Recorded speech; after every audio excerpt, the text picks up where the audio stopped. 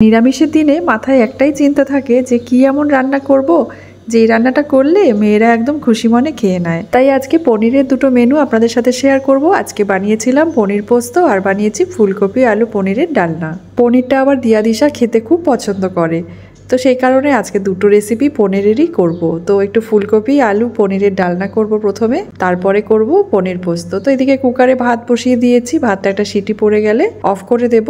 আর তারপরে আমি মোটামুটি 10 মিনিট পর একটা ঝুড়ির মধ্যে ভাতটাকে ঝরিয়ে নেব, মানে ভাতের যে ফ্যানটা ঝরিয়ে নেব। এদিকে একটা বাটিতে আলু ফুলকপি দিয়ে দিয়েছি সেদ্ধ হতে, একটু নুন আর সামান্য দিয়েছি ভিনিগার। আলু আর ফুলকপিটা সেদ্ধ হয়ে গেলে আমি এর জলটা ঝরিয়ে নেব, তারপর রান্নাটা শুরু করে দেব। এই পনিরটা দিয়ে ফুলকপিটা রান্না করব। তো এই যে আলু আর ফুলকপি সেদ্ধ করা হয়ে গেছে, আর এদিকে আমার তেলটাও গরম হয়ে গেছে। তো তেলের মধ্যে দিয়ে দিচ্ছি আলু আর ফুলকপিটাকে একটু বেশ লাল করে একটু ভেজে নেব। তো এটা ভাজা হতে থাক, ততক্ষণে আমি পনিরটা কেটে নেব আর এর যে মশলাটা দেবো সেই মশলাগুলো করে নেব। আলু আর ফুলকপিটাকে একটু লাল করে ভেজে নিচ্ছি, আর একটু ভাজা হবে, আমি আর একটু লাল করে ভাজবো। আর তারপরে এই যে পনিরগুলো ভাজবো। আর এখানে আমি একটা মশলা করে নিচ্ছি। এখানে আছে টমেটো, কাঁচা লঙ্কা আর আদা। তো এগুলো সব আমি একসাথে দিয়ে দিচ্ছি, দিয়ে এটার আমি একটা পেস্ট করে নেব। তো মশলাটা বাটা হয়ে গেছে, এবার আমি ফুলকপি আর আলুটাকে তুলে নেব। এটাও বেশ ভালো মতো ভাজা হয়ে গেছে। এবার এটা প্লেটে তুলে রেখে তারপরে আমি পনিরটাকে ভেজে নেব।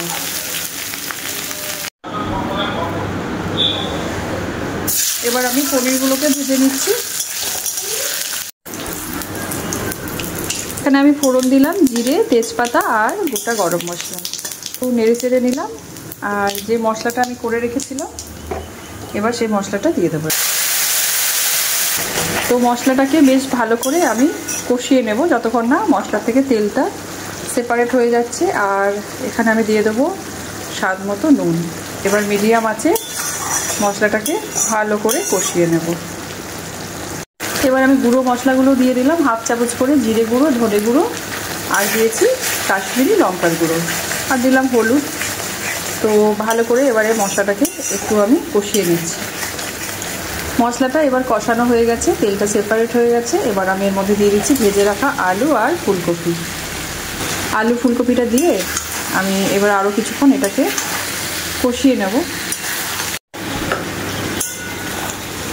তো এবার মশলাটা বেশ ভালো মতো কষানো হয়ে গেছে। এখানে দিয়ে দিচ্ছি আমি 1 কাপ দুধ, একই সাথে দিয়ে দিলাম ভেজে রাখা পনিরটাও। ভালো করে এটাকে নেড়ে চেড়ে নেব। আর আলু আর ফুলকপিটা যখন সেদ্ধ হয়ে যাবে তখন নামাবার আগে একটু গরম মশলার গুঁড়ো দিয়ে নামিয়ে ফেলবো। তো এই তরকারিটা হয়ে গেল। এবার একটু বানাবো পনির পোস্ত। আলু ফুলকপি আর পনিরের ডালনা কমপ্লিট হয়ে গেছে। এই যে সার্ভ করে নিয়েছি একটা বাটিতে। এবার আমি পনিরগুলোকেও কেটে নিয়েছি, ঠিক একটু এরকম সাইজের কেটেছি, একটু বড় বড় করেই। এবার পনিরটাকে একটু ভেজে নেব। খুব সামান্য আমি দিয়ে দেবো হলুদ আর দেব নুন। পনিরটাকে একটু লাল করে ভেজে নেব। পোস্তটাও বেটে নেব। এখানে পোস্ত আছে 4 চামচ, আর আছে কাঁচা লঙ্কা 4-5টা কাঁচা লঙ্কা আছে। পোস্তটা বাটা হয়ে গেছে, বেশ একটু মিহি করে বেটে নিয়েছি পোস্ত। আর এদিকে পনিরটাও ভেজে আমি তুলে রেখেছি, আর একটু বাকি আছে। আমি অল্প অল্প করে ভাজছি পনিরটা। পনিরটা সব ভাজা হয়ে গেছে। এবার আমি তেলের মধ্যে দিয়ে দিচ্ছি গোটা জিরে ফোড়ন। এবার দিয়ে দিচ্ছি এর মধ্যে একটা শুকনো লঙ্কা। ফোড়নটাকে একটু বেশ ভালো করে একটু নেড়ে চেড়ে নিলাম। এবার আমি যে পনিরটা ভেজে রেখেছি সেটা দিয়ে দিচ্ছি, আর দিয়ে দিচ্ছি পোস্তটা। গ্যাসের ফ্লেমটা একেবারে লো করে রাখবো, আর পোস্ত আর পনিরটাকে আমি ভালো করে মিক্স করে নেব। সামান্য একটু দেবো গরম জল। এবার আমি এর মধ্যে দিয়ে দিয়েছি সামান্য একটু গরম জল, আর নুন দিয়েছি স্বাদের জন্য, আর একটু দিয়েছি গুড়ের পাউডার। তো টেস্টটাকে ব্যালেন্স করার জন্য একটু গুড়ের পাউডার দিলে নিরামিষ রান্নাগুলো খেতে বেশ ভালো লাগে।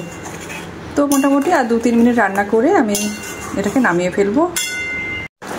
তো রান্নাটা মোটামুটি কমপ্লিট হয়ে গেছে, আর 2 থেকে 3 মিনিট হবে রান্নাটা। তারপর নামাবার আগে 1 চামচ সর্ষের তেল দিয়ে আমি এটাকে ঢেকে রাখবো বেশ কিছুক্ষণের জন্য। ওপর দিয়ে দিলাম আমি 1 চামচ সর্ষের তেল। বেশ একটু মাখা মাখা হয়ে গেছে। গ্যাসের ফ্লেমটা অফ করে ঢেকে রাখবো কিছুক্ষণ, তারপর আমি এটা সার্ভ করে নেব।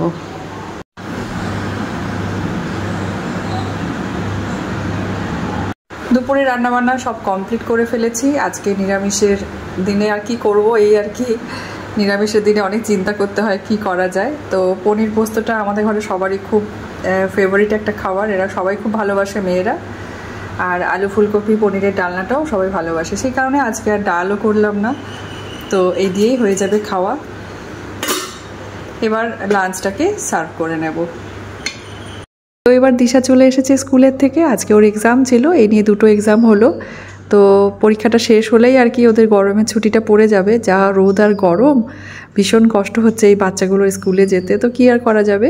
যাই হোক, লাঞ্চটা সার্ভ করে নিলাম। আলু ফুলকপি পনিরের ডালনাটা খেতে কিন্তু বেশ ভালো লাগে। আমি এর মধ্যে কাজু বাদাম বাটা দিয়েছি আর 1 কাপ দুধ দিয়েছি। গ্রেভিটাতে আমি জলের পরিবর্তে একটু দুধ দিয়ে করেছি, সেই কারণে এর টেস্টটা কিন্তু ভীষণ ভালো হয়।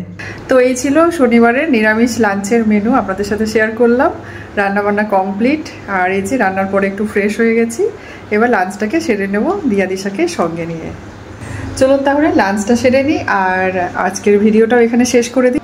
আজকের ব্লগটা কেমন লেগেছে অবশ্যই এটা কমেন্ট করে জানিয়ে দেবেন। আর প্রত্যেক দিন আমি আপনাদের কমেন্টের অপেক্ষায় থাকি। আর আপনারা সবাই খুব ভালো থাকবেন, সুস্থ থাকবেন। আপনাদের সাথে আবার দেখা হবে কালকের ব্লগে। ধন্যবাদ।